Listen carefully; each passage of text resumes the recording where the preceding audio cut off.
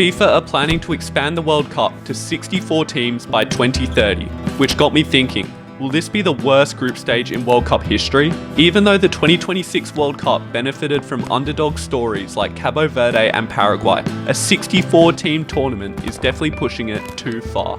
I mean, there won't even be a group of death. But after taking a look through history, it turned out FIFA cooked up an even worse idea in 1954. So let me take you back to one of the strangest but most entertaining World Cups in football history. And let's see how their group of death really went. The worst group of death in World Cup history included reigning 1950 champions Uruguay and a formidable Austrian side who smashed Portugal 9-1 to qualify. Uruguay and Austria were joined by a talented Czechoslovakia team who went undefeated in qualifying, conceding just one goal, and an unknown Scotland making their World Cup debut. I think you all know how that's going to go. Well, that doesn't sound half bad. So why is this the worst group of death ever? Because FIFA were on crack when they designed the group stage format. Each group had 2 seeded and 2 unseeded teams. Sounds normal enough. But for this World Cup and this World Cup only, the seeded teams only played the unseeded teams. As you can imagine, this created a razor-tight group stage with game upon game upon game of absolute nail-biters. Uruguay and Austria took turns on Scotland and Czechoslovakia without having to play each other. This means Switzerland 1954 contained the worst group of death ever by default, as unlike any other in history, it lacked a true Pot A vs Pot B heavyweight matchup.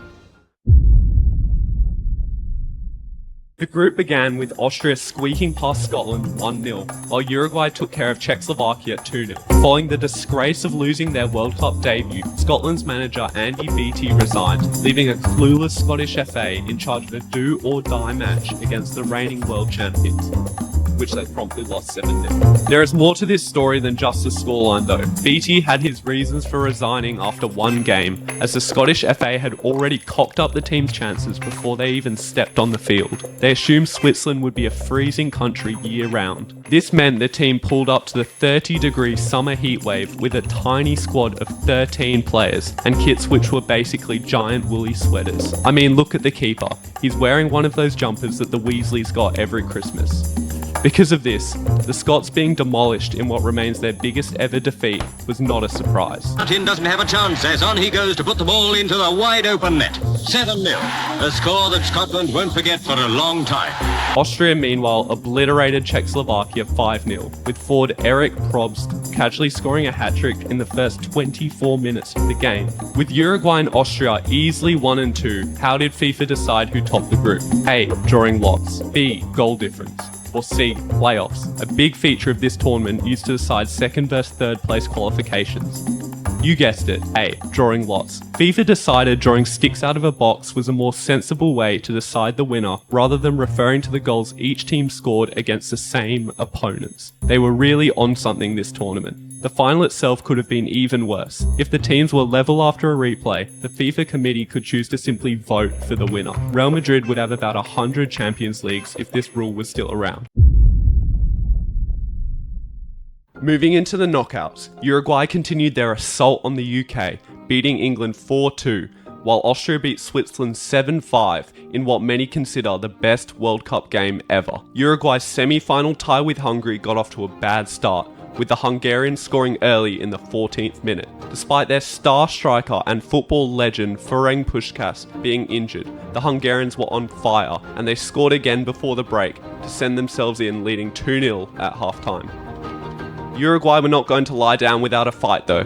They had a 24-year unbeaten streak in the World Cup to protect. Juan Holberg hit back in the 76th minute, slotting the ball into the bottom right corner. Holberg then popped up again, rounding the keeper and smashing it in to make the score 2-2 with 3 minutes to go. Extra time followed, but not before a rather intimate massage break.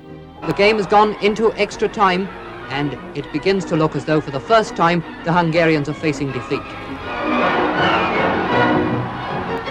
But even in defeat, there's Kocic, and there he is, heading the ball into the net. and at the last moment it seems as though Hungary are going to pull this match out of the fire. Kostas then found himself free in the box to score again, winning Hungary the match and ending Uruguay's unbeaten streak. Austria, our remaining group of death survivors, did not treat us to such a close game, as the fairy tale ended with a 6-1 demolition by West Germany. Germany went on to come back from 2-0 down to win the final 3-2 against Hungary, in what is now known as the Miracle of Bern. Shockingly, they were an amateur unseeded team who needed a playoff win over Turkey to even reach the knockouts. Speaking of Turkey, I have a crazy story about their qualification, which was the most mental in World Cup history. After losing 4-1 to Spain in their 2-leg qualifying playoff, they won the second leg 1-0. The teams inconveniently drew the tiebreaker, meaning to decide who went to the World Cup, FIFA grabbed a 14-year-old boy off the street in Rome to be blindfolded and to select the winner. This sent Turkey through despite them being 2 goals down on aggregate. Back to our disappointed Austrians and Uruguayans, they did give us their long-awaited matchup, but only in a stinky 3rd place playoff. Austria bounced back from their humiliating 6-1 semi-final defeat and won 3-1, claiming the bronze medal and their title of the Kings of the 1954 World Cup's Group of Death.